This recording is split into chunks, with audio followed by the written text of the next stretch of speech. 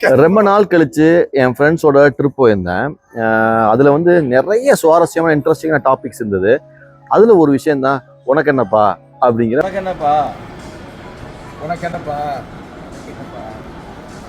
உனக்கு என்னப்பா ஒரு டாபிக். த்ரூ அவுட் எங்கள் ட்ரிப்பில் பார்த்தீங்கன்னா இதை பற்றியே பேசிக்கிட்டு இருந்தோம். அதை பற்றி நான் சொல்கிறேன். இப்போ பார்த்தீங்கன்னா வேரியஸ் ஆஃப் பீப்புள் நம்ம வர்றோம் இல்லையா, 5 பேர்லாம் ஒன்றா இருக்காது, எல்லாரும் ஒரே மாதிரி இருக்க மாட்டாங்க, ஒவ்வொருத்தருக்கும் ஒரு பிரச்சனைம்பாங்க. அந்த ஆஸ்பெக்டில் ஒரு சர்டன் ஏஜில் என்ன ஆகுதுன்னா செம்ம மெச்சூர்டாக ஜாலியாக ஃபன்னாக நாங்கள்லாம் பேச ஆரம்பித்தோம். அது ஒன்று தான் உனக்கு என்னப்பா அப்படிங்கிற ஒரு பெரிய டாபிக். அது ஒன்று சொல்கிறேன் பாருங்களேன். ஒருத்தன் வந்து ஒரு விஷயத்த சொல்கிறான். சொன்னவொடனே உனக்கு என்னப்பா, ஏன்டா எனக்கு என்னப்பா சொன்னேன், உனக்கு என்னப்பா, உன் பொண்டாட்டி ரொம்ப நல்லவங்க, இதெல்லாம் அலோவ் பண்ணுறாங்க. இன்னொரு விஷயம், உனக்கு என்னப்பா, ஏன்டா அப்படி சொன்னேன், உன் உடம்பு இதெல்லாம் ஒத்துழைக்குது, இதெல்லாம் நீ செய்ய முடியும், நான் செய்ய முடியாது அப்படிமா. அப்புறம் திடீர்னு உனக்கு என்னப்பா, உன் ஹெல்த் அப்படி இருக்குது, உன் உடம்பு ஒத்துழைக்குது, இதெல்லாம் செய்வேங்க. இந்த மாதிரி ஒவ்வொரு விஷயத்துக்கும் உனக்கு என்னப்பா சொல்லிக்கிட்டே இருந்தாங்க. அது என்ன சொல்ல வருது அப்படின்னா, 5 ஃப்ரெண்ட்ஸ் 6 ஃப்ரெண்ட்ஸ் இருந்தாலும் ஒவ்வொருத்தரும் ஹெல்த் வைஸாவோ ஒரு ஃபேமிலி வைஸாவோ ப்ராப்ளம் வைஸாவோ எல்லாமே வந்து அவன் இண்டிவிஜுவல்ஸ். எதுக்கும் கருத்து சொல்லாதீங்க, சரியா?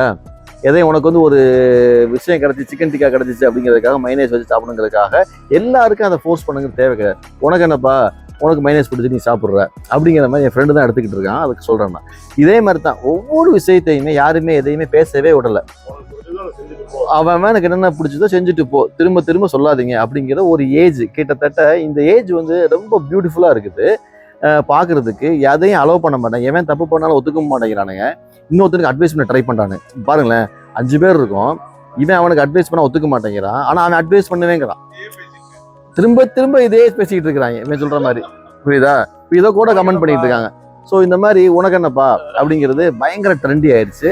அதை தான் அவங்க சொல்ல ஆசைப்பட்றேன். நீங்களும் உங்கள் ஃப்ரெண்ட்ஸோ ஃபேமிலி கேட்கும் உனக்கு என்னப்பா, ஏதாவது சொல்லிட்டாங்க உங்களுக்கு அட்வைஸ் பண்ண வந்துட்டாங்கன்னா டக்குனு உனக்கு என்னப்பா, நீ கொடுத்து வச்சுவேன், உனக்கு இது கிடச்சிருக்குது, எனக்கு கிடைக்கல, நீ வசதியாக இருக்கிற, நீ நல்லா ஜாப்ல இருக்கிற, சம்பாதிக்கிற, உனக்கு என்னப்பா நல்லா பொண்டாட்டி இருக்குது, புள்ள இருக்குது, எனக்கு என்னப்பா உனக்கு என்னப்பா அப்படின்னு சொல்லி பேசி ரொம்ப ஃபன்ஃபுல்லாக போச்சு.